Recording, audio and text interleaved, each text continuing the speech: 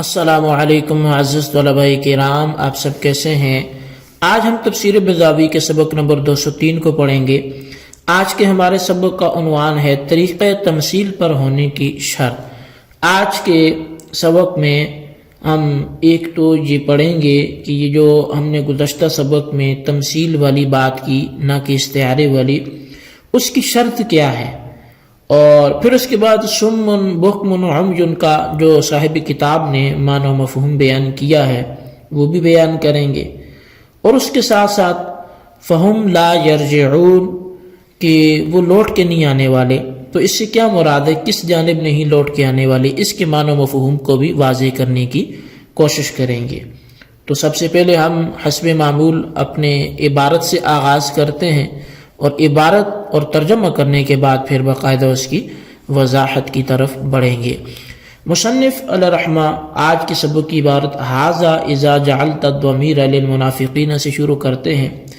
لکھتے ہیں کہ ھذا اذا جعلت الضمیر للمنافقین علی ان الآیۃ فذلکۃ التمثیل ونتیجتہ۔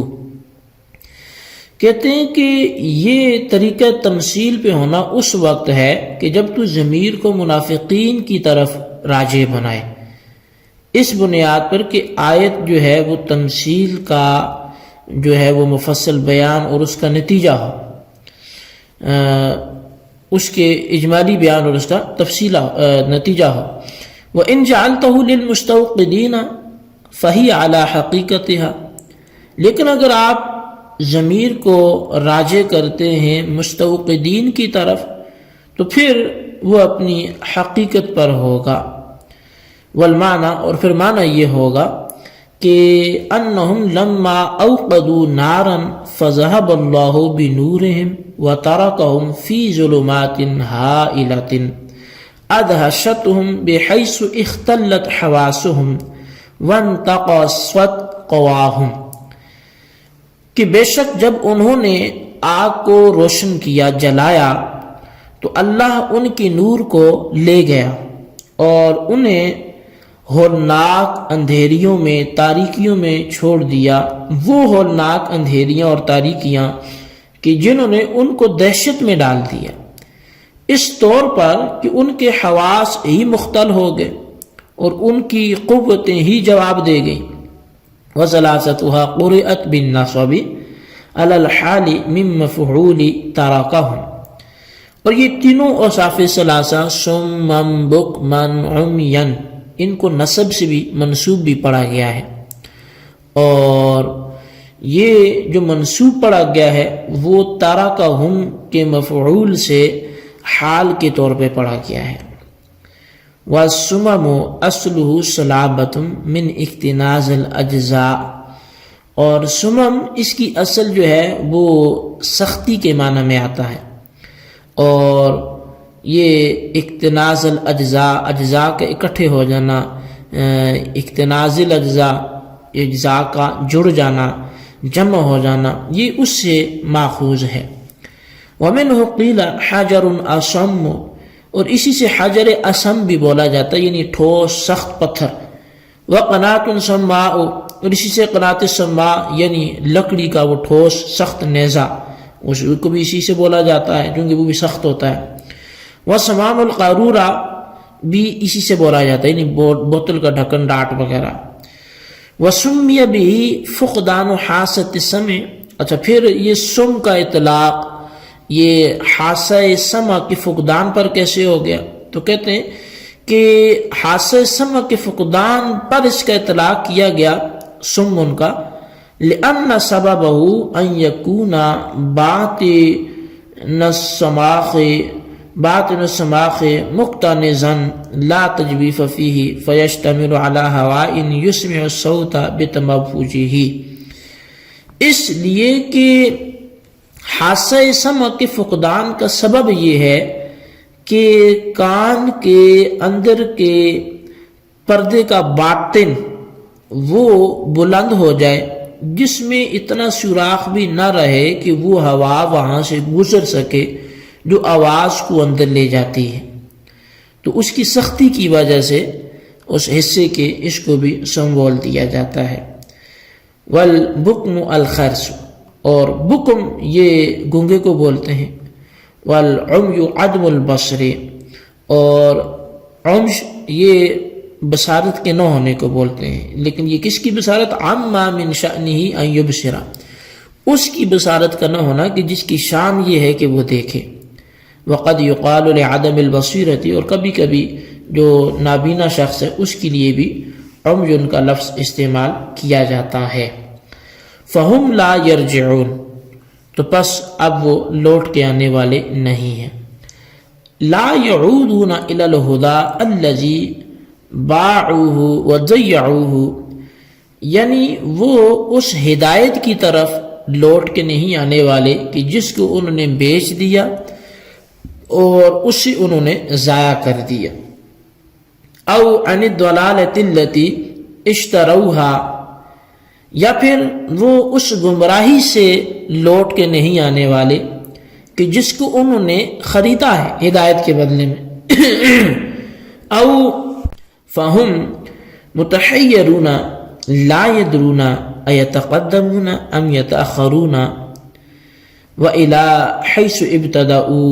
منہ کیف یرجعون، کہتے ہیں یا پھر یہ کہ وہ حیران ہیں اور وہ جانتی نہیں کہ آگے بڑھیں یا پیچھے آئیں، اور کہاں سے کس طرف سے انہوں نے ابتدا کی، کیسے وہ لوٹیں۔ الفاء للدلالة على ان اتصافهم بالاحکام السابقة سبب لتحیرهم واحتباسهم، اور فہم لا یرجعون میں جو فا ہے یہ اس بات پر دلالت کرنے کے لیے ہے کہ ان کا سابقہ احکام سے متصف ہونا ہی ان کے حیران اور یہ محبوس الحواس ہونے کا سبب ہے۔ جی طلبہ کرام، یہ تھی ہمارے آج کے سبق کی عبارت، اس کا ترجمہ، اور ترجمے سے ہی کافی چیزیں، اس میں کوئی ایسی پیچیدہ بات تو نہیں ہے، وضاحت ہو چکی ہے، لیکن کچھ نہ کچھ پھر بھی اس کے جو معانی ہیں ان پہ میں نظر ڈالتا ہوں۔ سب سے پہلی بات یہ ہے کہ ان منافقین کی حالت کا حاصل اگر ہم دیکھنا چاہیں، چونکہ ایک تمثیل کا یہاں پہ آ کے ذکر فہم لا یرجعون پہ مکمل ہوتا ہے، اور آئندہ ہم پھر دوسری تمثیل کا آغاز کریں گے۔ دو مثالیں اللہ تبارک و تعالی نے منافقین کی بیان فرمائی ہیں، تو اس ساری مثال کا حاصل یہ کہ مثلہم کمثل الذی استوقد نارا، ان منافقین کی مثال اس مستوقد کی طرح ہے کہ جس نے آگ کو جلایا۔ فلما اضاءت ما حوله ذهب اللہ بنورہم، جب اس آگ نے اس کے ارد گرد کو روشن کر لیا تو اللہ نے اس جلانے والے کے نور کو ہی لے لیا۔ وترکہم فی ظلمات لا یبصرون، اور اس کو ان اندھیریوں میں چھوڑ دیا کہ جس میں اسے کچھ بھی سوج نہیں پڑتا۔ صم بکم عمی فہم لا یرجعون، وہ بہرے ہیں، گونگے ہیں، اندھے ہیں، بس وہ اب لوٹ کے نہیں آنے والے۔ اب یہ مثال کا حاصل یہ کہ کوئی ایک شخص روشنی کی خاطر وہ کسی جگہ پہ بیابان جنگل میں آگ جلاتا ہے، اور جب آگ جل جاتی ہے تو ظاہر ہے استفادہ اس کا اس کے بعد ہی ہونا ہے، اور اب جب استفادے کا وقت آیا، اس آگ سے فائدہ حاصل کرنے کا وقت آیا،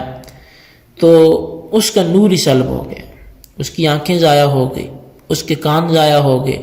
اس کی سماعت ضائع ہوگی، نہ دیکھتا ہے، نہ سنتا ہے، نہ بولتا ہے، اب محبوس الحواس ہو گئے، حواس ہی اس کے ضائع ہو گئے۔ اب اس کی کیفیت کیا ہوگی؟ تو کہا کہ کبھی حیران ہو کے آگے بڑھتا ہے، کبھی پیچھے آتا ہے، کبھی دائیں مڑتا ہے، کبھی بائیں مڑتا ہے، نہ دکھ رہا ہے نہ سوج رہا ہے، تو پریشان ہے، متحیر ہے، عقل جواب دے چکی ہے، اور یہ بھی نہیں پتا کہاں سے آیا، کدھر جانا ہے، کیسے جائے۔